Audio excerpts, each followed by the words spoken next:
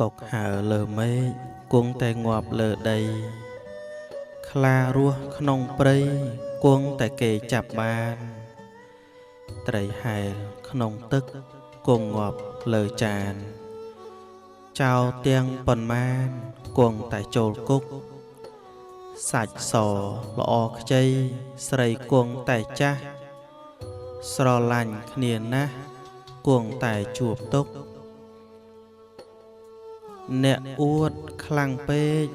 គង់តែបាក់មុខដើរបោកអ្នកស្រុកគង់តែគេដឹងកើតមកជាមនុស្សគង់តែនឹងស្លាប់គួរតែប្រញាប់ស្វែងរកទីពឹងធ្វើបុណ្យដាក់ទានឲ្យពេញទំហឹងព្រោះយើងមិនដឹងរស់ដល់ពេលណា